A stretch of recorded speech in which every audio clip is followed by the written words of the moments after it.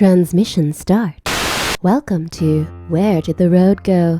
Join us as we wander off the path and explore lost history, consciousness, the paranormal, unexplained mysteries, alternative thought, and much more.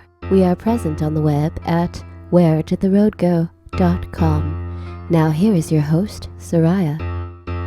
Greetings and welcome to this edition of Where Did the Road Go?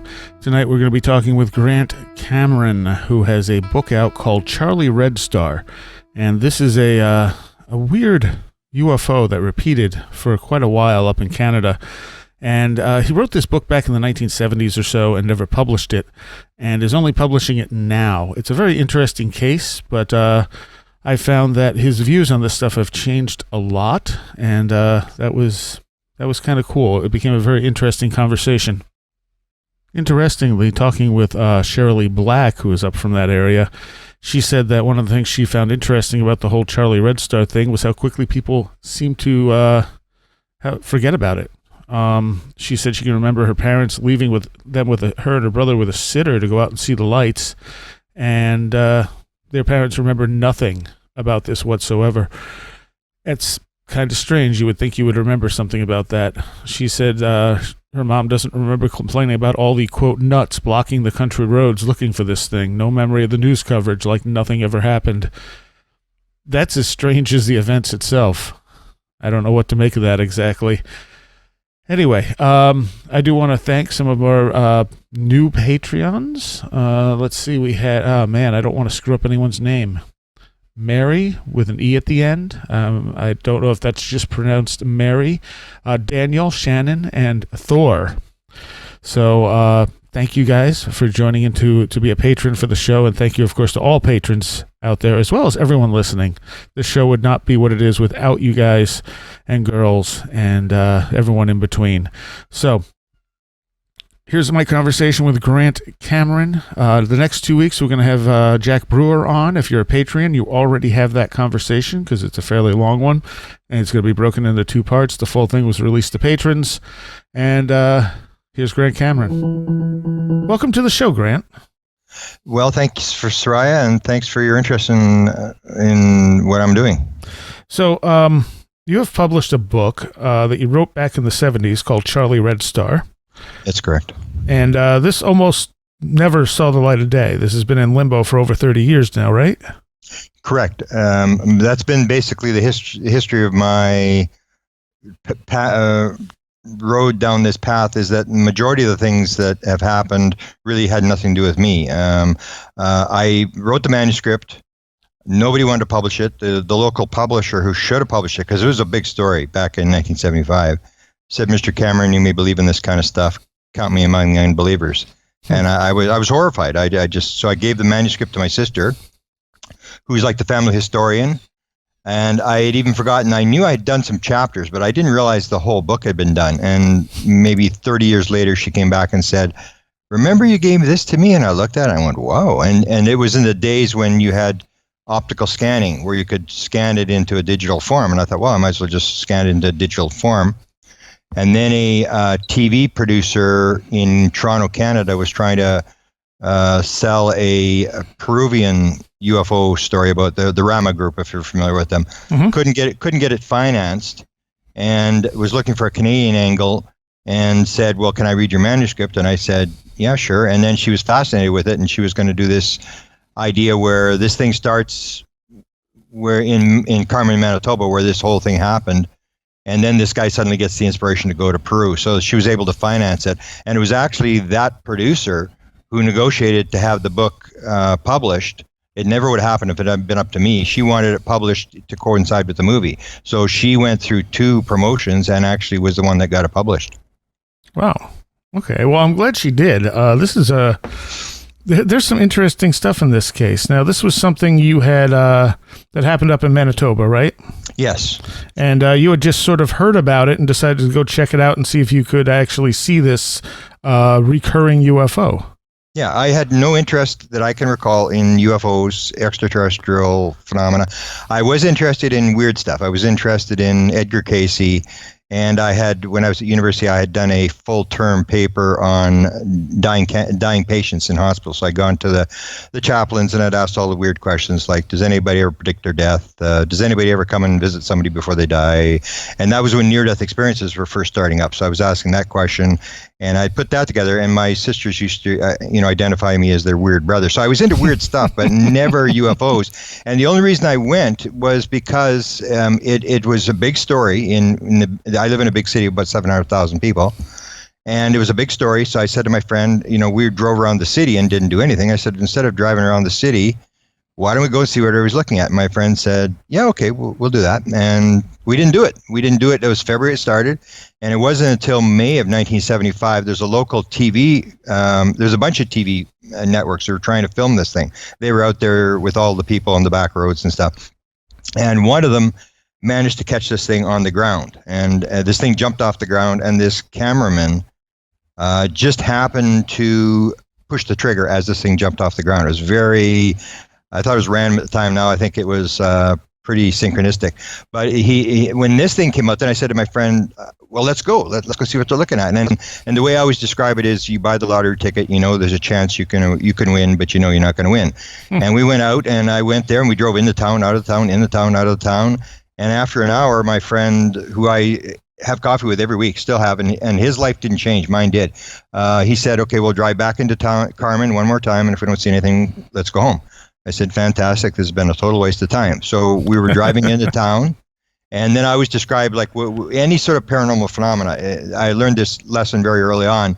If you have not seen it, you can either believe or disbelieve, and that really doesn't count for anything. But if you see it, And we were sort of looking around, and we were saying, well, what are they looking at? We're looking at planets and stars, and I knew nothing about astronomy, but whatever they were looking at didn't look very impressive. But when it appeared coming from the left, and it was an object, it was not a light in the sky, it was an object down low, very low to the ground, maybe 100, 150 feet in the air, maybe half a mile down the road, flew right in front of the car. And I say, when you see it, and nobody in the car said, well, is that what they're looking at? I wonder if that's what. Everybody just went, there it is. Everybody just instantly knew this is what they were talking about. It was just so bizarre. It wasn't even flying in a straight line. It was sort of bobbing up and down like a sort of on a bobber on a fishing line. And I remember it was very, very low, and it was going in behind a set of school buses. And I remember the car was still moving, and I was getting out of the car because I wanted to run across this parking lot to see this thing, because it was going to get behind these school buses. And my life just sort of I sort of fell off the edge of the earth, as I described it. The rest of the people in the car, nothing really happened to them. They just went on with their life. I dragged all my friends out 2 nights later. And after an hour, they said, oh, we're going home. And I said, no, you got to see this. I was just, you got to stay. And they said, no, we're hungry. We're going back for pizza. And they took off, and there was 2 cars, about 8 people. And the second night, it flew right at us, and it came right in close. It was really, really close to us. And then I started to wonder, why is nobody covering this? To me, this seemed like a pretty significant event that was going on, and nobody seemed to be talking to people, and so that's why I put the manuscript together, and then just sort of was blown away when nobody would publish it. I just thought it was great. And then I had a synchronistic event again, where my father's a pilot for the Canadian government. He was with the Department of Transport, and then he just happened to say, as this manuscript was rejected, there's this guy, Ernie Epp. He said, Ernie had a sighting. Go talk to him. So I went, and it was just an ordinary sighting, just, light in the sky type thing. And he said, if you really want to know what's going on with UFOs, you should study what the Canadian government was doing in 1950 to 1954. And I said, oh, really? And he said, yeah, I worked for the guy. And there was actually 5 or 6 people on this organization that ran this program for the Canadian government. And I just happened to run into one of them, who lived in Winnipeg, like 1,500 miles away. It was just so bizarre. And that started me down this path of trying to figure out what I'd seen. I knew the sighting thing wasn't all that important, but I knew somebody in the world had to know what that was. Somebody in this world had to have the information, the intelligence to have figured this thing out. And so that was the rest of my career, 42 years, where I just basically ran around trying to find out what the answer was. And the answer came to me in this bizarre download experience in 2012. But the sighting thing got me going. I mean, I thought it was random at the time, and now I look back and say, I wonder, because if it hadn't been for that film, that TV crew, I never would have gone out, because we were just sort of delaying. We didn't do it, and it was almost like you need to come out, and so I've never heard of a UFO getting caught on the ground, where it gets filmed jumping off the ground, and it was very bizarre, and it's almost like they needed me out there, so they staged this whole landing thing where they allowed themselves to be filmed as they jumped off the ground. I see it completely differently now than I did in 1975. Yeah, well, that's good. I mean, if we don't progress with our views, we're really not going to get anywhere. Why do you think it was? I mean, you don't normally see UFO sightings. You get flaps of UFOs, but you don't see them like this, where this thing followed the same path over and over again. Yeah, well, it was actually more extensive. I had to cut some of it out of the manuscript. It was going on in North Dakota. There wasn't that many research. There's no researchers in North Dakota at the time, but it was also going on in Minnesota and in Wisconsin. So there was a line of sightings down. And the other thing that was, and I'm pretty sure it's in the book, is 1975 my first sighting took place 2 weeks after the end of the Vietnam War. And I never knew why Manitoba was a small town, because there was nothing in this town. It was just absolutely nothing. It was just farm fields, and most of the people who saw this stuff saw it in 75, 76. The main guy who ran the airport there, he was a famous aviation guy.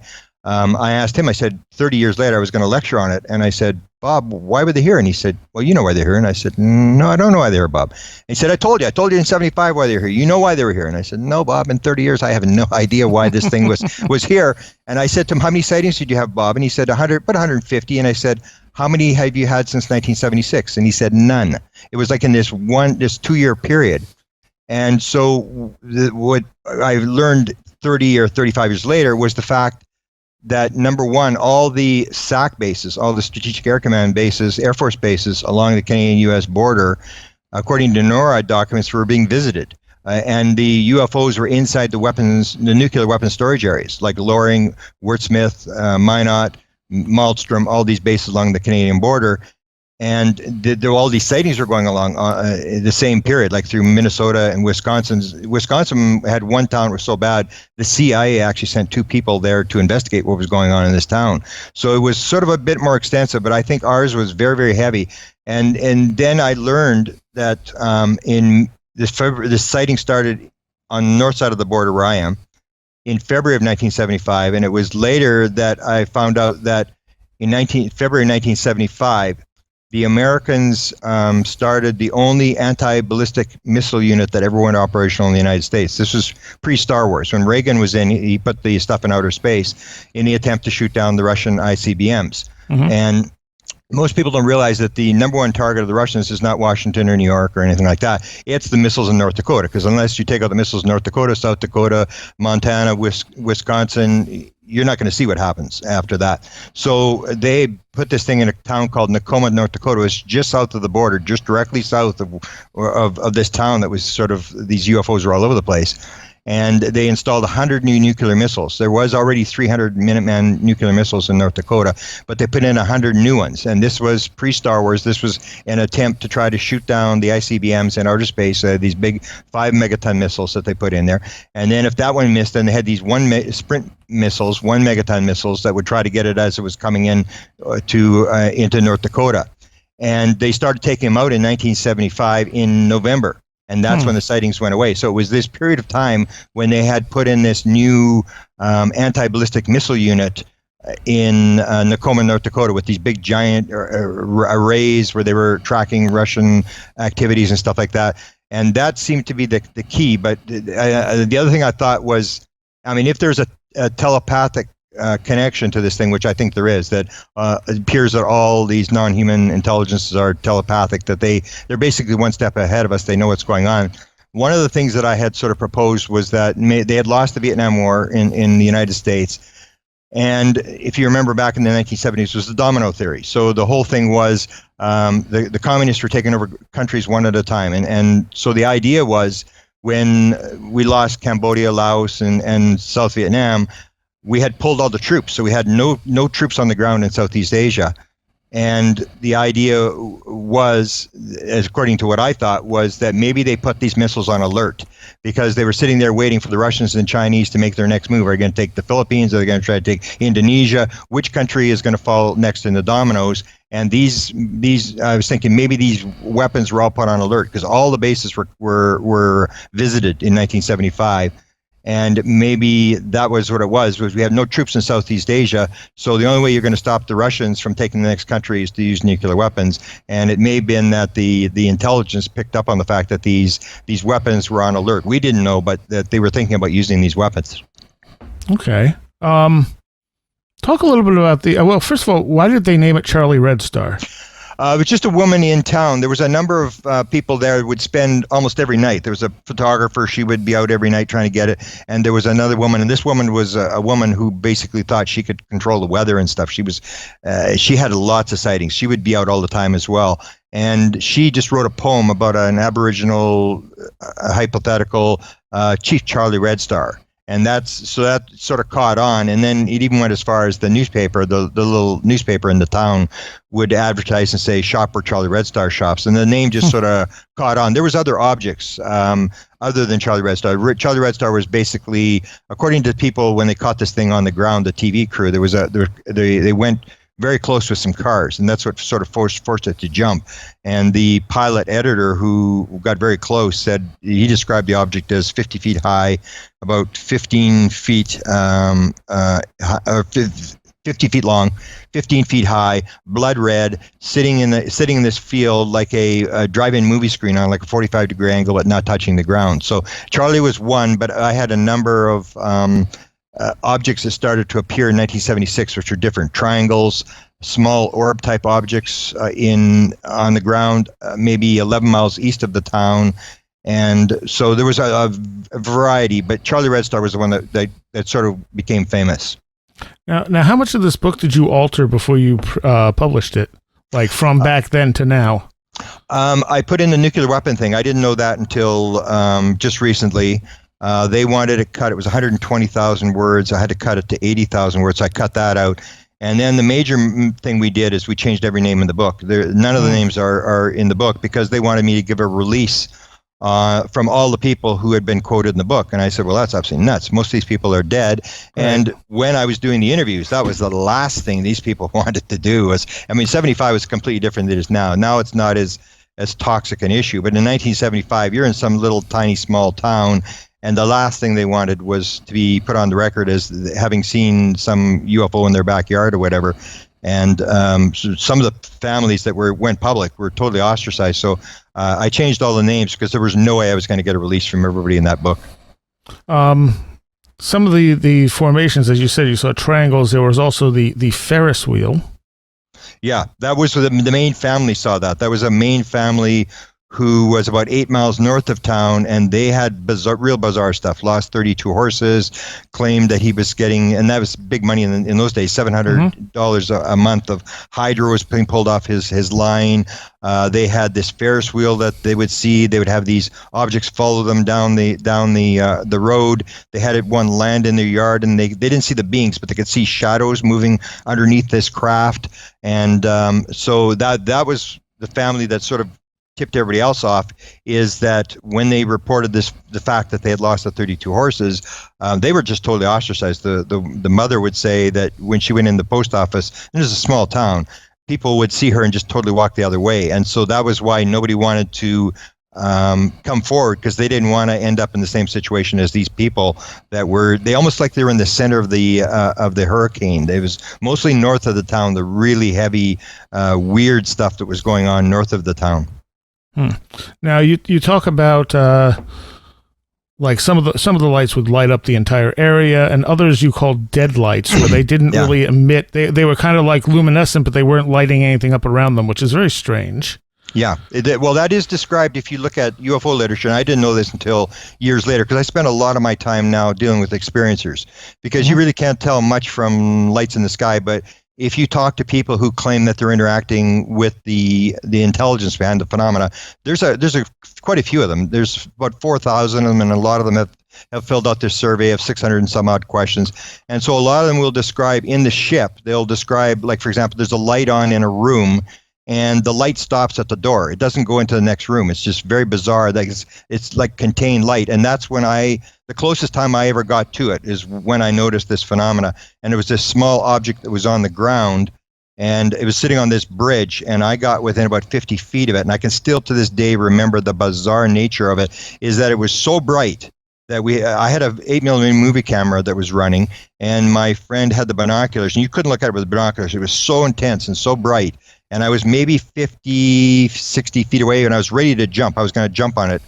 And I remembered it was 2 inches. It was sitting on this wooden bridge, and it was 2 inches from the edge of the bridge, which had wooden railings on it. And it did not light up. It just a slight orange glow on the railings. And I was just going like, why is it not lighting up the bridge? It should light up the whole entire countryside. It was just so bizarre being so close and to see this. And so it was like we called it a dead light, but it's a self-contained light. But a lot of experiencers have described this phenomena on board the ship. Okay. Now, if I'm not mistaken, there was only one case in the book where someone actually encountered a being by one of the ships. Yeah. What people don't realize in ufology is what happened then doesn't happen now. What happens now doesn't happen then. The field of ufology, I've been in it for 42 years, and I basically maintain that they're basically turning the pages of a book, that we really don't realize that there's this changing pattern. So in that time, this is like a close encounter of the third kind, where this fellow, and this is north of, maybe 20 miles north of Carmen, where the main stuff was taking place. And this is the guy who sees this light in the field. He's with his girlfriend in a truck, and he leaves the girlfriend in the truck, and he walks out to see this thing, and he's looking for the door, and he actually sort of walks around this thing, gets to the other side, and then realizes the craft is now between him and the truck where his girlfriend is, and then backtracks, comes back around, and gets in the truck, and as he's backing out onto the road, his lights go through the ditch, and there's this little guy with a rod, and his girlfriend freaks out, and he just basically drives her home about a mile or 2 miles or whatever. It just pushes her out of the truck and goes racing back, and this thing is up in the air, and later the RCMP investigate it. But what's significant about that is those types of sightings where there are little beings, wandering around picking up rocks and plants and stuff, doesn't happen at all anymore. It just doesn't occur. Same as there are almost no sightings anymore of ships with windows in them. Or in the book, I have a whole chapter on what are called landing trace cases. And you'll always hear people talk about, oh, this is concrete evidence, and it proves that UFOs are real because they leave they burn or kill the whatever crop they've landed in and leave these 3 tripod marks. Well, that hasn't happened for 20 years. None of those things have happened. There was piles of them back in 1975. There was no crop circles in 1975. There was cattle mutilations. That was the highest year for cattle mutilations. But cattle mutilations really don't occur anymore as well. It's almost like it's this bizarre phenomena. And now you have these, what you have is these experiencers who are getting these flashbacks and being on the ship and stuff. That really didn't happen much in 1975. I only had the one case that I was pretty well convinced this kid had been abducted. And that was the most dramatic interview I'd ever done in my life. And that was the story of this little 7-year-old boy who was very small for his age, had been urinating off the porch of his house. They had no inside plumbing. And he was with his horse, which is named Sonny. And this object appeared over a tree, which was about 50 yards from where this boy was. And this kid was suffering nosebleeds, very traumatized. They had to pull him out of school for a number of days, but his mother believed it was the devil. And so there was no way they were going to allow me to interview this kid. But the father was determined that I was going to talk to this kid. He was going to get to the bottom of this thing.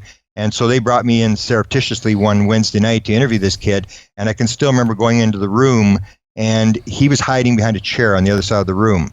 And his father said, you come out, tell Mr. Cameron, you tell him what you saw. And then the kid just peered out from behind the chair, didn't move. And then his father started to tell the story, come tell him this. And the kid never moved. The father basically told the entire story, how this little kid, the parents weren't home at the time. He was trying to get his older sister. He got this rifle. He was determined. He never shot a rifle before in his life. And he was a small kid. The rifle was probably as big as he was. And he was going to shoot this thing. And so when the whole story was done, the kid was still hiding behind this chair. And I got on the ground, and I can still remember to this day. I got on the ground, in the middle of the room, and I put this piece of paper on the floor, which had all different types of UFO shapes on it or whatever. And I said, "Can you tell me what it looked like?" And then he peered out and he crawled out from behind the chair and he took one look and he said, "That one there." And he pointed to like a classic saucer with a dome on it. And I said, "Was it big?" And he went, "Big as a house." And I said, "What did it have lights on it?" "Lights all over it." And I went through this whole procedure and how that turned from all different colored lights to white lights. And then I went on the road. And then I said, did it disappear or did it fly away?" "Disappear." "Did it go out like a light?" "Out like a light." And that kid was traumatized. But I'm pretty sure that kid was probably an abduction. But because his mother had this very negative view, I figured the kid may have grown up, because he would be in his like in his 50s now, close to 50 years old. And I figured there was no point going back because he may have followed his mother's footsteps. And I did get other people that would come later and tell me these bizarre abduction type stories. And the one was very bizarre, because the one I told you about on the road where I was 50 feet away was 2 miles west of a town called Sperling. So this guy came to me 35 years later and said he had these abduction things, and he was the dreams and the screen images and the whole 9 yards. And I said to him, "Well, where was your house?" And he said, 2 miles west of Sperling. I said, 2 miles west of Sperling? Are you kidding me? And I had spent like a year on this road, south of where he was. But this guy would come 30 years later and tell me he lived on that road and he was having these experiences. So it was very bizarre. It did prove conclusively that there really was something to this, and basically set me off on this road to find the answer to what were these people seeing. You had a very interesting interaction with one shining a flashlight at it. Yeah, that was these small, we called them ground lights. And then when I was put in contact, this friend of my father's in the Department of Transport put me in contact with the people who ran the Canadian government program. The guy who had run it was actually a contactee. The guy who ran the Canadian government program was actually in contact with an alien by the name of AFA, full-fledged contactee. They were doing the channel, the automatic writing. His wife, I went to talk to his wife, and she set me up with a guy who lived in the area who happened again to have worked. He was one of these 6 people that worked on the program.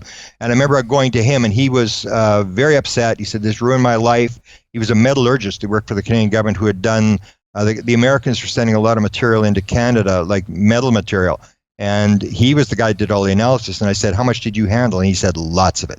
It was coming in all the time from the Americans. And so I mentioned to him, because he was in the area, and I said, "Well, we got these lights on the ground, these ground lights." And I described it, and he said, "Oh, you mean monitors?" And I went, yeah, monitors. I had no idea what he was talking about. And basically he said, we had those back in 1950, in the 50s as well. They'd sit on the windowsill and they would monitor what we were doing. They were following us around. And then I went back to this guy who ran the Canadian program. I talked to his wife, and sure enough, she confirmed these things were there, and they were in the yard, and everybody would see these things. But I would take little kids. I was taking tours, and in the end, I just basically said, "I'm tired of this," because everybody would say, "Oh, it's a light on the end. It's a car coming down the road." And I'd say, "Okay, how long do you think it's going to take to get here?" And they'd say, 5 minutes. So I say, "Okay." 10 minutes later, I'd say, "Still think it's a car?" "No." "Then it's a farm light." And we'd go through the same nonsense every time. And then we got to surround it. Let's go surround it. And the thing was always one step ahead. It knew what you were doing.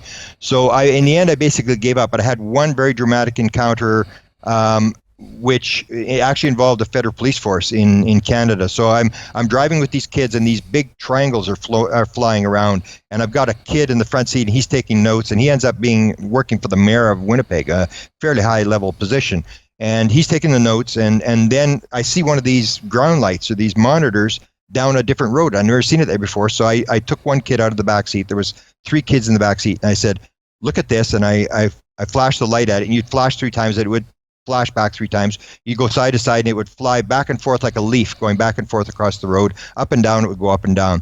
And the kids, he's all excited. And I said, "Well, go back, and I'm going to take your brother out." And I pull his brother out, and I flash at this thing 3 times. And that was the only time I ever heard a noise. We never heard noise except for that one time. And what it was, the description is, it was like a Morse code, but it was like a whistling noise. It was like a beeping whistling noise. And I just absolute fear there's no way you can describe the fear that overcame me. It was just like, oh my goodness, we've bugged this thing, and now the people from up top are going to come. And I looked up on the American border, and there was this giant arc welding light, just very intense arc welding light. And I didn't know what to do. I was panicked. I took the kid. I said, let's go back to the car. And I sat in the car, and it made this sort of turn. It went along the American border, and then it started coming north towards our road, and I'm going, don't turn down, don't turn down. And the thing started to turn, and as it turned, it changed from this arc welding light into this triangle, that we'd seen earlier in the night, with two huge red lights and a green light in the back. And I remember I was so scared, I said to the kids in the back seat, I said, give me my binoculars. And I actually had to hold the binoculars against the inside glass of the car because my hands were shaking so bad. And I looked up as this thing hovered right above the car, and it covered the entire field of vision. So it was either very big or very close, and it was there, these huge lights. And I remember, and this is described a lot in UFO literature as well, it's sort of like everything stops. I remember the kids were yelling and screaming in the back seat, but it's almost like time stops, and then it was almost like they cut the film. Like if you get a jerk in the film, this thing was there, and there was this jerk, and it sort of moved just the slightest little bit, and the fear instantly went away. It was very, very bizarre. It just absolutely was gone. And this thing started to fly away, and suddenly the Royal Canadian Mounted Police pulled up in behind me, because we were in the middle of some road in the middle of nowhere, and I guess he wanted to find what was going on, so he pulled up. And then I said to the kids, I said, watch, I'm going to get them, because they had been on the record, and they didn't want to get on the record as having been involved in this. So I rolled down the window, he shined the flashlight, and he said, so what's going on? And I said, see that object there? And he looked, and it was clear as day. You could still see this triangle flying away. And I said, oh, we're watching these lights down at the end of the road. And he said, what lights? And I said, well, turn off your lights, I'll show you. So we get out, and the kids are all excited, they're jumping around. And that's when I took the flashlight, and there was nothing there. It was completely black. And I go, oh, you need, just when you need it. So I put the flashlight up in the air, and this thing rose up into the air, went back down again, side to side, and this thing went back and forth. And he looked, and then he said, it's probably just a couple of guys at the end of the road having a beer. And I said, well, we've been following it for 6 miles now. And I guess he suddenly, because this story of me on the bridge where I was going to jump on this thing had been written up on the paper, and I guess he suddenly realized, triangle in the sky, light on the ground, this guy's, he's flashing stuff, and they suddenly realized who I was, and he said, okay, I guess we'll see you guys. And he starts going towards his car, and I said to the kids, get his license plate number. Then he started to run. He jumped in the car, and this is a federal police officer, and he starts, the gravel's flying, he's running down the road, and these little kids are running with flashlights to get his license plate number as he took off. So it was pretty exciting times. There was that was the only time it actually got fearful too. Most of the time it was sort of very playful. We'd actually chase this thing a number of times. And it would move so slow you could actually catch up on it. And there would be people all over, like kids drinking beer on the side roads and stuff. But there was a lot of people who were involved in this and saw it. And it was only the one time when it turned on us, and suddenly it was different. Instead of us chasing it was chasing us, and completely different game. So what did the Canadian government have to do with all of this? You said that you were told to look in that direction. Well, this was a synchronistic thing where it just happened this guy in my father's office had worked for them. And so I flew to Ottawa when I heard that the guy said to me, oh, this guy was the most brilliant engineer I ever worked for in my life. But he was totally nuts. I mean, he was talking to aliens, and they were landing in his backyard, and I went, they were what? And of course, now I'm looking for the answer. I'm going, they were landing in the backyard? And so I flew to Ottawa, and I was very young at the time. I was still in university. So I flew to Ottawa to talk to this guy. The guy had died in 1962. And he had the famous Canadian, he's the guy that wrote the famous Canadian government top secret memo. It's one of the most famous, highly classified UFO documents there is. And what had happened was this guy ran Radio Ottawa in Canada, which was the NSA of Canada. They were trying to pick off Russian communications. He was in charge. That was his security clearance. Plus, he was the head radio engineer for the Department of Transport, but he was fascinated with UFOs. So when he was negotiating FM radio station frequencies in the early 50s in the United States, in meetings, he would ask the Americans through classified channels. He'd go through the military liaison at the Canadian Embassy, and he wanted to know from the Americans, what's the deal on flying saucers? And he writes this famous November 1950 top secret memo that says, I was told by American officials, flying saucers exist. It's the most highly classified subject in the United States, rated 2 points higher than the hydrogen bomb. There's a small group headed by Dr. Vannevar Bush that's trying to figure out the modus operandi, and it's of tremendous significance to the Americans. And then when I have the download experience in 2012, the next line of that document is put into my head. And the next line of the document says, and we were also told by American officials that other things might be associated with this with the phenomena, such as mental phenomena. And the Americans aren't doing very well because they've said if we're working on it, they're willing to exchange credentials and talk to us. And the key to that was in 1950, nobody was talking to aliens. Adamski and Williamson, these contactees, would not appear until a couple of days after the detonation of the hydrogen bomb. Betty and Barney Hill, the first abduction case, would not be released until 1966. In 1950, nobody's talking to aliens, and nobody knew aliens were telepathic. And already in this document, the Canadians knew that mental phenomena was connected to flying saucers. So Wilbur Smith had run this program, and he was in contact with this alien by the name of AFA. So was the CIA, so was the FBI, so was the U.S. Air Force. I would learn this all later. But when I went to talk to his wife, I remember picking her up and going to her son's place because they had stashed away all the files. He had second copied all the files. And the son was keeping these files, so we went to his place. And it was bizarre just listening to this woman who was secretary to the Speaker of the Senate in Canada herself. She was not a low-level person herself, talking about the fact that they were in contact with this alien by the name of AFA, and that they were going to land it at a base, an army base in Suffield, Alberta. And a lot of this stuff I would later confirm with other testimony and with documents that this Canadian guy was very much into the thing and believed it and was in contact with this alien. And that in August of 1954, he actually had a station set up on military property where he had a flying saucer observatory, had 5 different instruments to detect a flying saucer. And what happened was he detected something coming over, and it went right off the charts. And they went out, and it was overcast. So he went, and it was public. He went public to the newspaper and said, if there's nothing wrong with the equipment, we've just detected the first flying saucer over Ottawa, which is the Canadian capital. And that was it. They shut the program down, and that was the end of that. But it was that investigation that led me to find out where did he get this top secret material, and that's what led me to the President of the United States. And, Dick Cheney and CIA people and all that kind of stuff. And then it all sort of fit in that there was answers, there were people who knew what was going on. And then I had the download experience, which came with absolute certainty, which said, it's consciousness. It's non-local consciousness. That's the basis of this whole thing. Do you want to go into that a little bit? Like, what happened? Well, I was chasing the president. I had my couple seconds of fame. I had actually talked to Dick Cheney. I had asked Dick Cheney about the briefing. Who cares what you see or what you think? I asked him, at any point in your career, Mr. Cheney, have you ever been briefed on the subject of UFOs? When, if so, when was it, and what were you told?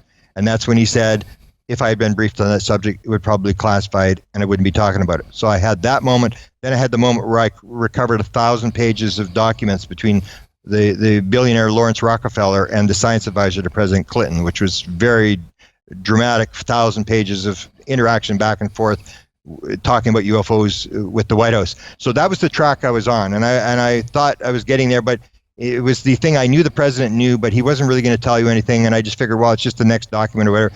In 2012, I'm at a conference in Phoenix, Arizona, and I'm one of the people that was lecturing is Colin Andrews, who's the most famous guy for crop circles. Mm-hmm. I have no interest in crop circles whatsoever. And they're long days, start at 8 o'clock in the morning till 11 at night. So you don't go to every lecture. And it was one of those lectures where I said, yeah, I don't know, I'm not interested in crop circles. Maybe I'll go for lunch. Maybe I'll go to the library across the river. And then I thought, he's a major figure. I should go and pay him respect and go watch him lecture. So I'm in there, and it was the old thing. It's my theory is it's all got to do with the ego mind. Shut down your left brain, and you tap in. You get the password, and suddenly you're in the other side. So I'm sitting there. I'm not really paying attention. I'm sort of listening to him, and I'm zoning out. And all of a sudden, 3 pieces were put together in my head. Just boom, boom, boom, all put together with absolute certainty, which I always tell people, this is the most important part. It just came with absolute certainty. You don't have to check this. You don't have to look. This is how it works. It was just, for 2 days, my head was spinning. And one was they're pieces that I'd put together myself, but what it did was put all the pieces together and say, here's how it all fits together. So the one was that top secret memo, the fact that mental phenomena had been mentioned. The second, we had chased around when we chased the Canadian government, we were trying to find out where they got the material for the top secret memo, and it tracked back to the former president of Penn State University, who had 14 honorary doctorate degrees, who was chairman of the board of the Institute for Defense Analysis, where DARPA and JASON and all these elite groups came out of. And during one conversation, we were talking to him, and he basically said, I can't talk about this because it's classified. He said, I can't talk about it. Go research something else. You're up against the windmill. You're wasting your time. Unless you've got the mind of Einstein, you're not going to figure out anything. And people just kept asking him questions and sending him letters. And at one point, somebody's asking about the control group. Is there a control group? Is it still 12 people? Is it all Americans? And that's when he said, let me ask you a question. What do you know about ESP? And the guy from Great Britain who was interviewing had no idea. And so Walker answers his own question. He said, look, unless you understand about ESP and how it works, you will not be taken in by the control group. Very few people understand how it works. That was 1991, and until I had that download in 2012, I had no idea what he was talking about. As soon as that download, oh, that's what he's talking about. And the third one, the third piece of the puzzle was Ben Rich, who was the head of Lockheed Skunk Works, who 2 years later, Walker was 1991. 2 years later, he's giving a lecture to the engineering alumni at UCLA. The last slide he shows is a flying saucer, and he makes this joke. He says, we've now got the technology to take ET home. Everybody laughs. People start asking questions after, and he gets into the fact that we've discovered the mistake in the equation. It's not going to take a lifetime to do, but it's going to take an act of God to get this thing out of Congress because it's so deep black. One of the people in the room was Jan Hartson, who's now the international director for MUFON, the biggest UFO group in the world.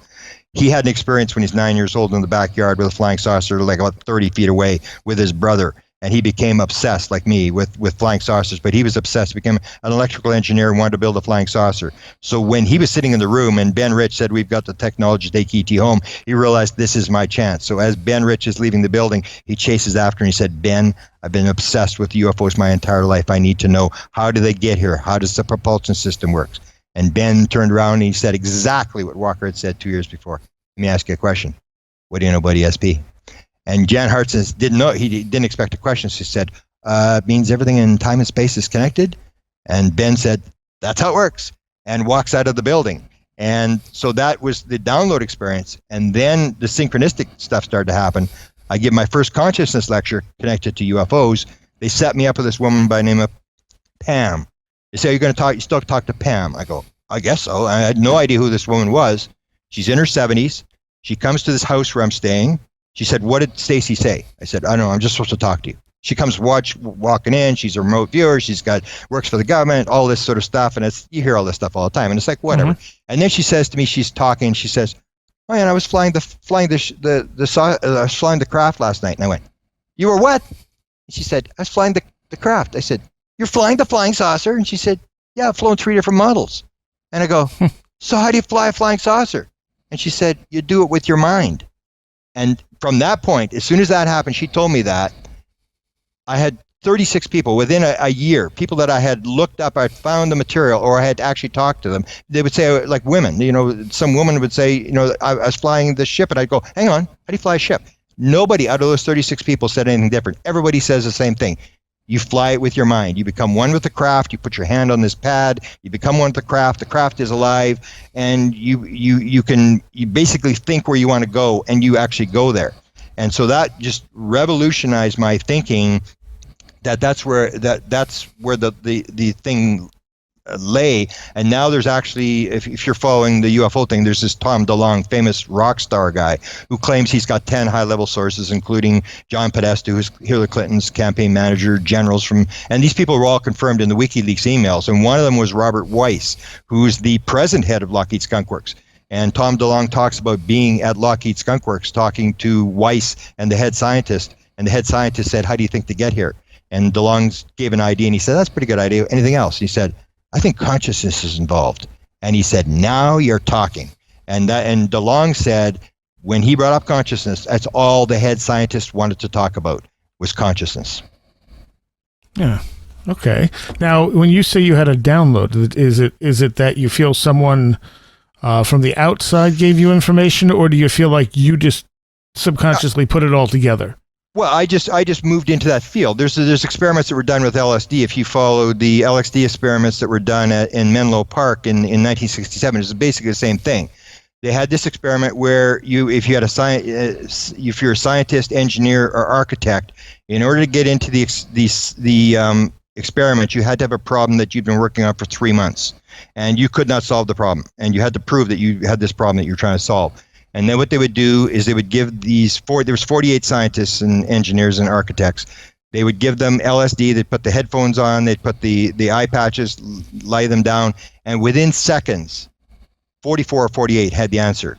So it's the whole thing with me. It wasn't that there was anything new. I wasn't given anything new. It was just it put the pieces together. I was in that other thing where my rational analytical mind wasn't working. It just relaxed. And so I actually wrote a book later on that dealt with this, because when I had the download experience, I said, well, somebody else got to have a download experience. And the first one I came across was Paul McCartney, who got the song Yesterday in a Dream. And then I suddenly realized there was like 150. I got 150 people who got songs in dreams, spontaneous songs, 12 Nobel Prizes, where people think, people rationalize this. Einstein had the dream that he said, it was a dream I knew I had to understand, and I could say that my entire career was based on a meditation upon a dream.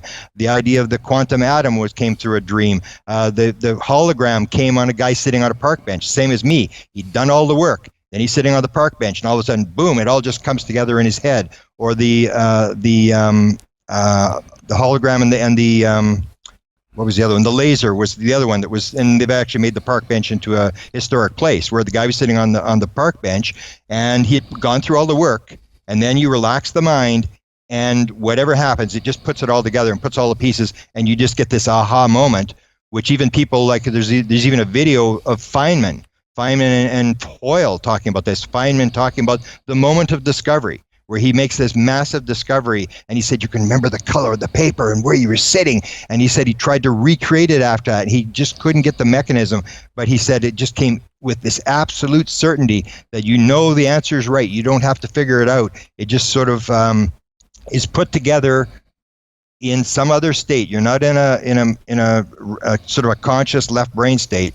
You shut that left brain down, and that's what I found with inspiration, was whatever the inspiration is, it's being able to shut the ego mind down, whether it's remote viewing or even mediums.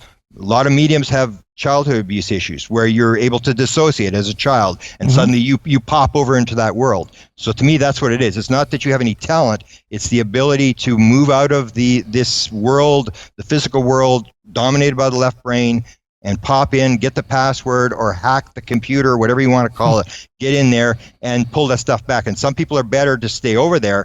For example, savants. Most savants, these people who can do these mathematical calculations in their head, and they can't button their shirts or can, play music in any key and any rhythm and stuff like that. These people all have left brain damage. So they're in that world almost all the time. They're living in that sort of world where, all the answers exist. So it's basically the idea that everything is there. Everything is consciousness. And it's the ability to get out of the sort of the local consciousness and experience non-local consciousness. For example, of these experiencers, 4,000 experiencers, of the people that answered these questions, the 675 questions that answered the particular question, 40% of all experiencers say at some point during their experience, their abduction experience or interaction with aliens, they knew the answer to everything in the universe. That's not something you're going to make up. That's something which they actually experienced. They were over there, they had access to all that material, and then as they came back, all they can remember is that they had access to it at some point, and they slide back into the left brain world of the physical world, and they forget all that kind of stuff, almost like a dream disappearing. Yeah. So when I was reading the Charlie Red Star book, what kept coming to mind is how much these appearances seem like they are plasma based, like whatever the mechanism behind it is manifesting with some form of plasma. Does that make sense to what you saw? For ours was plasma. The one I saw on the bridge was a plasma type object, very, very bright. You couldn't really see the edges of it. Same with the Charlie Red Star thing. But in other literature, people are seeing very physical, solid items. So it's almost like they can manifest anything they want. For example, I tell the story of John Lennon. John Lennon sees the UFO with May Pang, his girlfriend, and he's so close he could hit it with a brick, and it's got light bulbs. He's got these sort of big light bulbs around it and a red light on the top. And so the question is, Why does it have lights on it? Do you need big marquee light bulbs to fly through time and space? Right. And the whole idea is, why do UFOs have lights on it? So you can see it. It's almost like they change shapes. For example, in the 1890s, there was all these ships on the western United States, the big airship thing, where for years, and they were wooden ships with propellers. And then it goes to 1940, the war with my father in the war. It was these Foo Fighters that would appear on the edges of the plane. Then it turns into green fireballs in the 1948. Then it turns to these Adamski type crafts with balls underneath it, and then it goes to flying saucers, and now the predominant one is seen as triangles. So you have this progression. It's always the same thing. So I say, well, what happened to the Foo Fighters? Well, they're back on another planet that's 100 years behind us, and it's almost like they're going through this pattern. And that's why I say to people, it's not the same thing all the time. The beings are changed. There was no grays before 1960. All the human type ones seem to have disappeared. There's all these different patterns, as if they're going through these patterns. And one of the theories that's now out is that we play a large part in what we see. We're manifesting this, that we're playing part of this thing. So there's even the idea now that whatever alien you see, whatever type of alien, whether it's a gray or an angelic type or a reptilian or whatever, it's based upon what you're projecting. So there's even the story told by Michael Talbot, who wrote The Holographic Universe, and he describes this phenomena.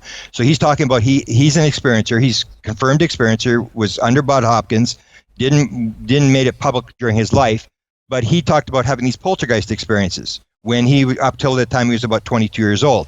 And he said quite clearly on tape that when he was in a good mood, the poltergeist would play around, hang his socks off the plants and stuff. But when he was in a bad mood, the poltergeist would stick pins in him and cut him and stuff like this. And that's that whole idea that we are maybe the whole thing. We are manifesting the whole thing, that we sort of say that there's consciousness out there and then there's the physical world, and no, consciousness creates the physical world. Consciousness is primary. That's my conclusion after 42 years. And so we have to get more into looking how much is our mind determining what we see. Because I mean, if you see a UFO, and you're part of the game, because when they abduct people, you don't see the UFO. So therefore, when you see it, you're meant to see it. They want you to see it, and therefore you're part of the game. And all UFOs all seem to have different lights on them, different structures. And why wouldn't they all be the same? It's almost like there's no two UFOs that really look the same. They all have a little bit different lighting structure on them, and it's almost like the person is playing a big part. Or that some of the theory is that people under aggression will say, I'm the one that sent the UFO. That it was me that sent the UFO to wake myself up. That maybe you were even the alien. It gets much more complex than just ETs out there. And most of, not all, no, a lot of the UFO community is starting to move. Jacques Vallée was the first to make this move, and he said, I'd be very surprised if this turns out to be ETs in spacecraft. And I thought he was nuts in the 70s. And I am right there, even maybe farther than Jacques Vallée now, in saying this is going to be a lot less physical than people think it is, and it's going to be a lot more spiritual than people think it is. It is not going to be ETs. It's going to be something a little more. I like to use the word ultra-terrestrial. It's more. It involves consciousness, multi-dimensions. They seem to be in this other world where they're in sort of a dream world, and they can come into the physical world and go back again, and we think we're stuck in the physical world. So it's very, very complex. And one of the briefers at the CIA, who was a briefer for the president, had an experience in the early 1990s. He went to the CIA to get an explanation. They said, you don't want to know about this, and they briefed him on the whole situation after he retired. But what he said about his experience, he had the beings in the room, and this is a guy who briefed the president. He had the beings in his room, and he's gone public with this, with his wife, and he said, it shattered my understanding of reality. And he said, the idea that you can measure this thing, that's scientific, we're going to measure taste, feel, all this kind of stuff. Right. He said, the idea you can measure this, his words, is laughable. How do you define something where there does not appear to be any there?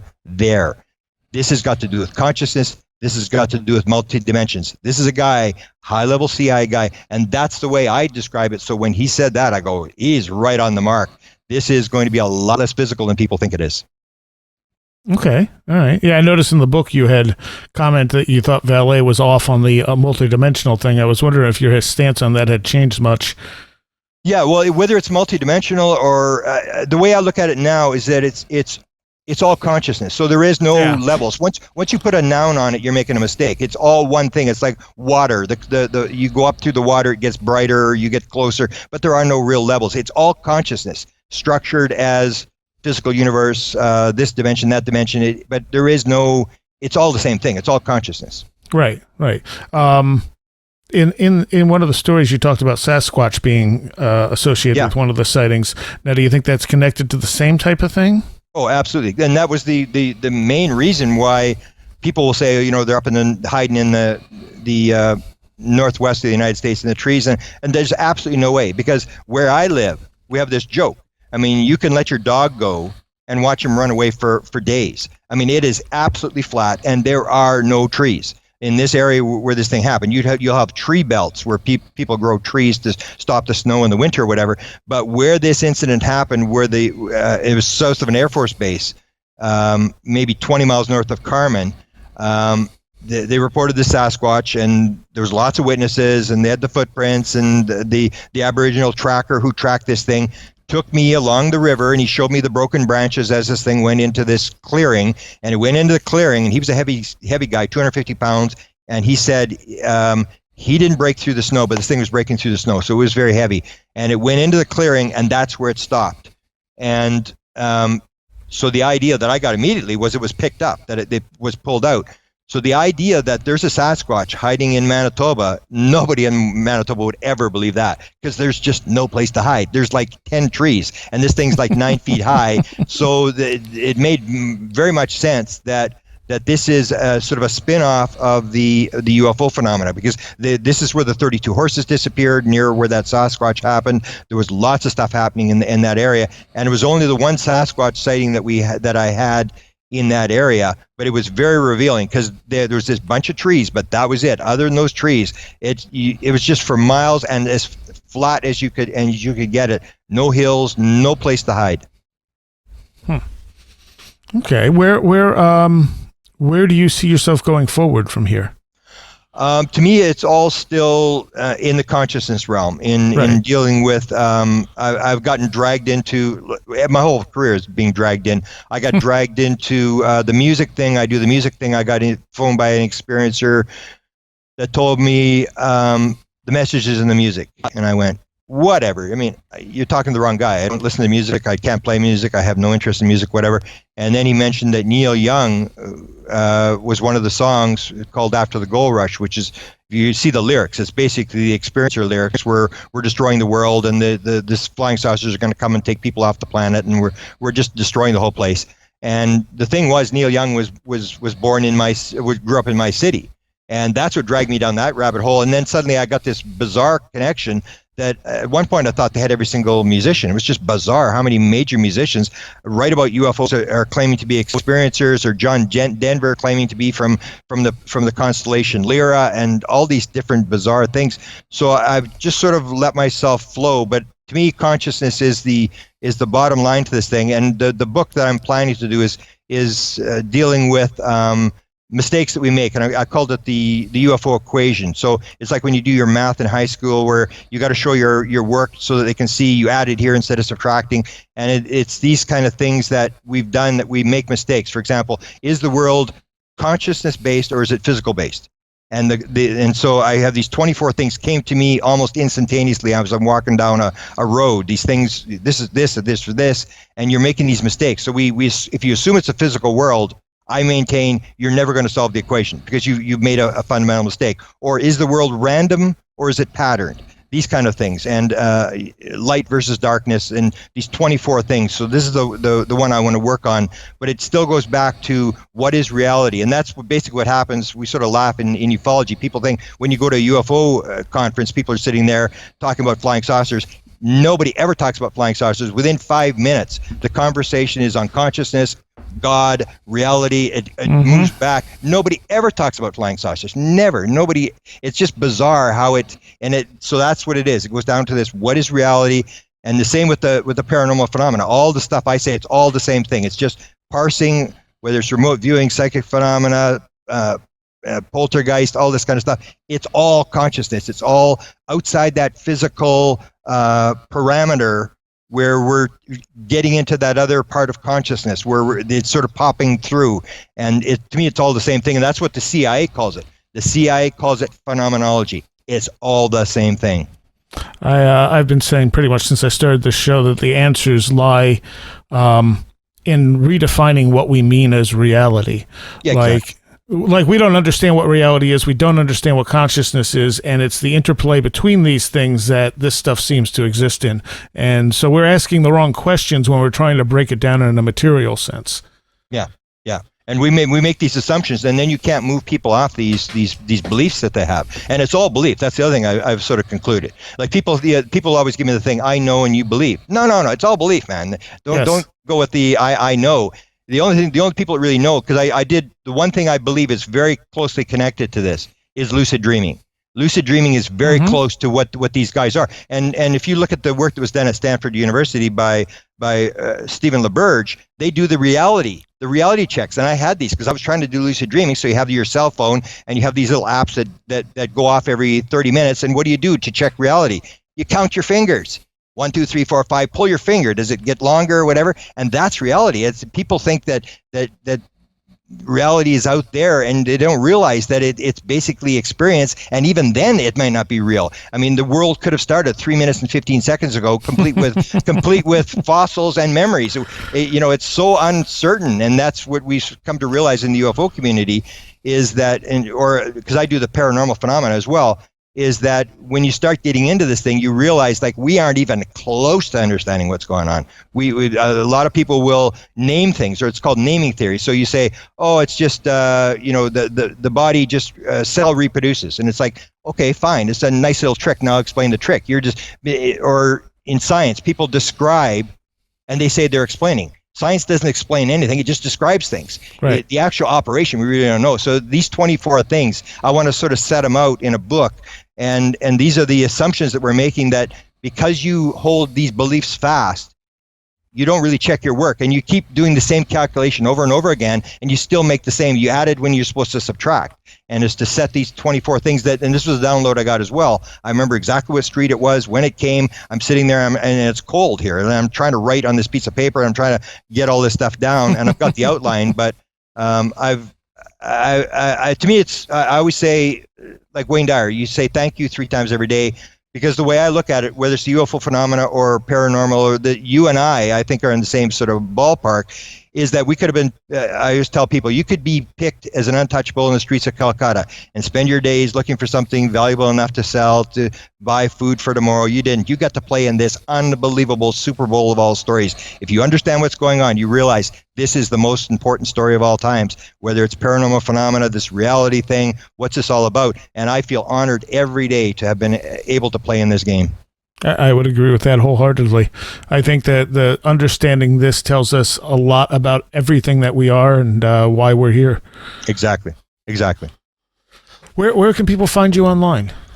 I have my website, presidentialufo.com, but I don't really post much because I don't do much for presidents. I have a YouTube site now that I'm starting to post shorter little things, 10-minute things where I do a question, because what I found is I do a lot of 2-hour interviews and lectures and stuff, but the attention span of most people especially in the young generation is like 10 minutes. So I have a YouTube channel called White House UFO, and we are putting very short pieces on different questions, different things. And I think that's where I'll spend most of my time on. But I do have the president's site, which you can go and see which presidents saw UFOs, which ones talked about UFOs, where the documents are, all this kind of stuff. But I really don't maintain it that much anymore. Do you have any conferences or anything coming up? I'm being Great Britain twice, and I'm doing Cleveland in 2 weeks. I'm doing Minnesota this weekend. I really don't do that much traveling because I was refused entry to the United States for a visa thing, over $150 honorarium. So I really don't do that much traveling because you can't really take an honorarium. You can't sell books. You can't do anything. So I basically do it on my own time, which is okay. But after a while, it gets a little a little tiresome. So that's where I'm going to the YouTube thing, where I can put it out and put a lot out all at one time. And so that's the route I'm going to go. And that seems to be what people want to do, is they don't really want to read books that much anymore. Everybody's on YouTube. Everybody's got these sort of things. So I take some of the real hot button issues, like are aliens communists? And I'll talk 10 minutes about whether aliens are communists and upset everybody and that kind of stuff. And they are communists. They are.